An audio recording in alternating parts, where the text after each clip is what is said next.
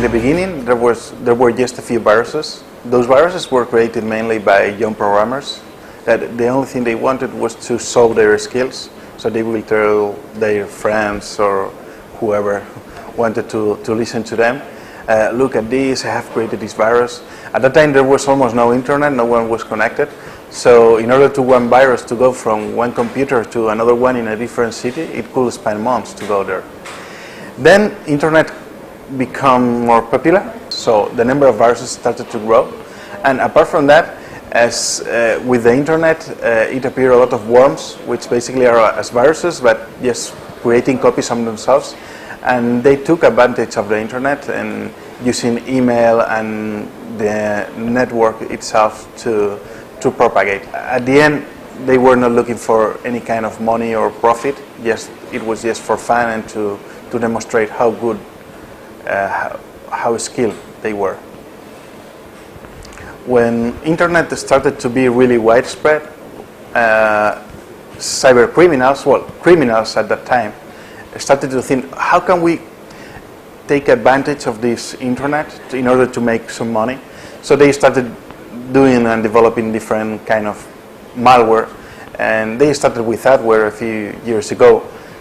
But then they realized that people were starting to use internet in order to go to their online banking account, to buy things on eBay or on other kind of systems, shops in the internet.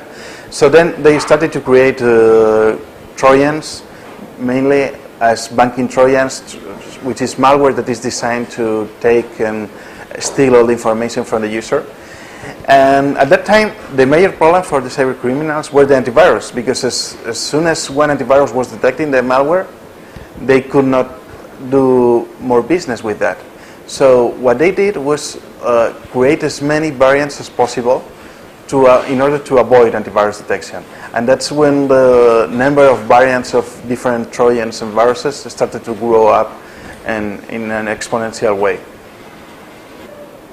With this flood of thousands of samples we see each and every day, the traditional approach is no longer valid. On one hand, we would need like 3,000 different technicians working at the same time dealing with all this new malware. And on the other hand, this new malware, more than 50% of it is there just for 24 hours. So it would be too late, even if we had the technicians. So it's really clear that we needed a different kind of approach.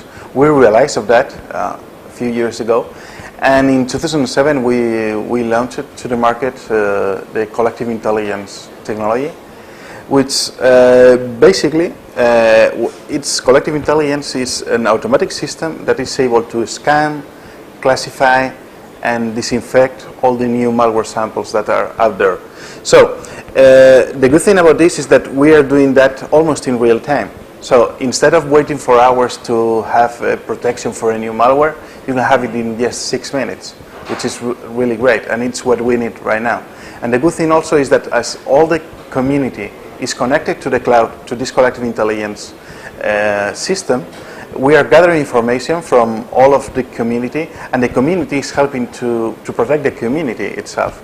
So we are having a new high level of protection that never could have been achieved before.